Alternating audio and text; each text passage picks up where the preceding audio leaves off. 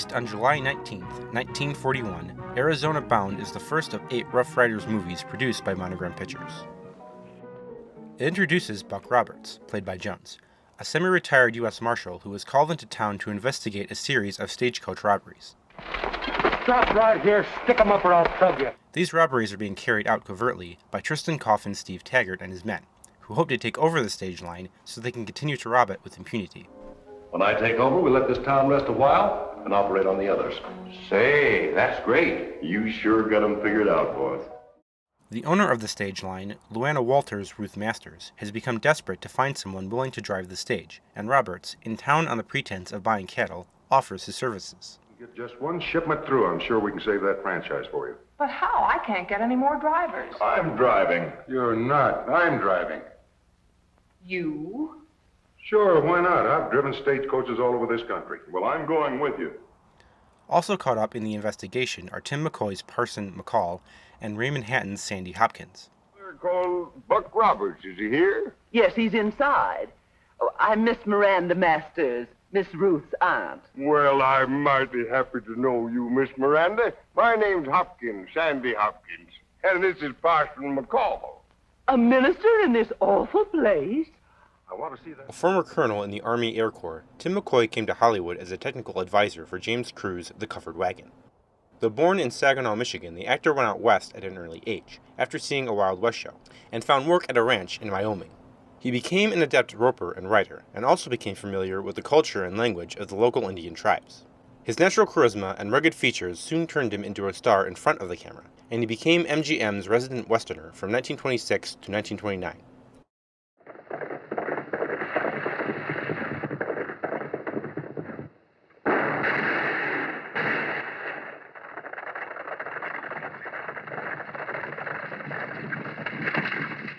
Columbia had picked him up after the success of their series with Jones and signed McCoy on to do 8 westerns in the 1931-1932 season. He would renew his contract for the following season and starred in numerous films for other studios for the remainder of the decade, and, like other western stars, spent time in the Wild West show circuit. A vaudeville actor who became a successful comedian in the silent era, Raymond Hatton's career had, like so many others, turned south with the introduction of sound. What'll you have? Well, I'll have the same as what he was drinking. Say, he wasn't doing much singing. Who is that Lily?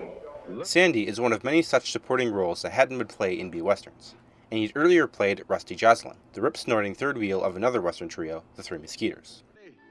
Let's call it New Hope. Now that sounds like you're stuttering.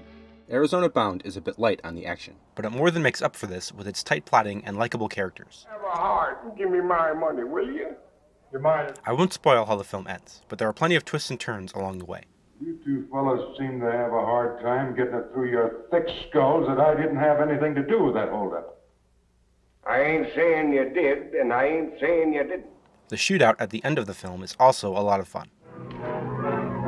You want me, Roberts? Come in and get me.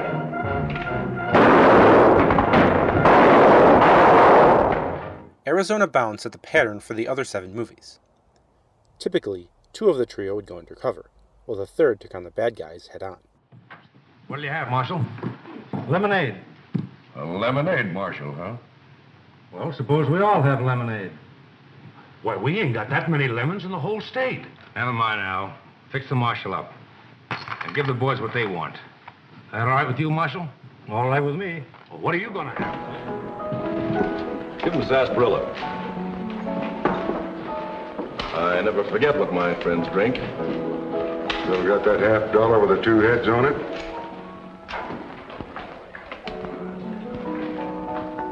You don't forget much either, do you? Nothing I want to remember. Arizona Bound was directed by Spencer Gordon Bennet, who also directed the second film in the series, The Gunman from Bodie. Later entries were directed by Howard Bratherton and Bob Steele's father, Robert N. Bradbury, whose very last film was Forbidden Trails, the third in the series. All 8 pictures were produced by Scott R. Dunlap, the friend and business manager of Buck Jones. Dunlap was with Jones at the Coconut Grove nightclub the night he died.